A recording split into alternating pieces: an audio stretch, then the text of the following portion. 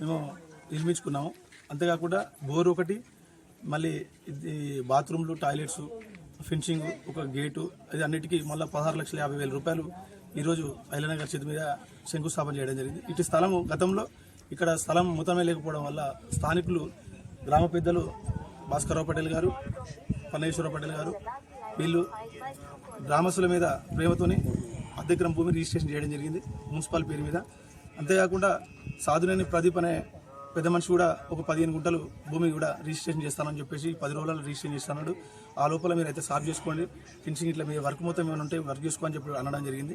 కాబట్టి ఊరు విషయం మీద ఇంత దాదాపుగా 70 లక్షల ప్రాపర్టీని గ్రామస్తుల కొరకు డొనేట్ చేయడం చాలా మేలుకరం. అంతేకాకుండా గతంలో ఇక్కడ శ్మశాన వాటికకు స్థలం లేక చాలా ఇబ్బంది పడుతుండే.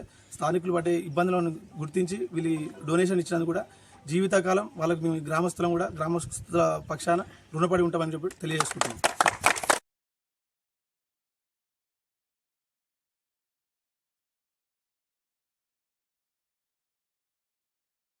ఇక నాన్నగారి జ్ఞాపకార్థం ఇచ్చినాం. మా నాయన పేరు సాధినేని నరసింహారావు. మేము ఈ స్థలాన్ని ఇచ్చే ముందు నేను ఎన్నోసార్లు అబ్జర్వ్ చేసిన. మా ఊరిలో ఎవరు చనిపోయినా ఎక్కడ పడితే అక్కడ కాల్చేవారు, రోడ్డు పక్కన కూడా కాల్చేవారు. అది అబ్జర్వ్ చేసిన తర్వాత ఇది శ్మశాన వాటికి మున్సిపాలిటీకి ఇవ్వాలనే నిర్ణయానికి వచ్చింది. ఎన్ని గజాలు? అది 20 గుంటలు, అంటే హాఫ్ ఎకర్ ఇద్దరం కలిసి ఇచ్చాం.